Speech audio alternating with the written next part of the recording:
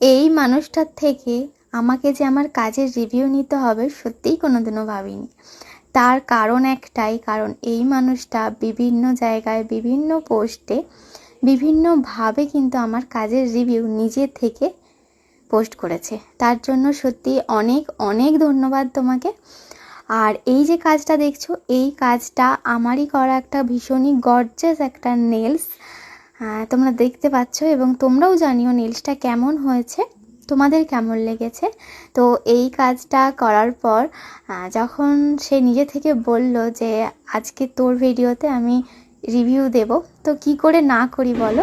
Hello, আমি নিয়ে নিলাম রিভিউটা এবং তোমাদের সাথে শেয়ার করলাম। তোমরাই শুনে নাও।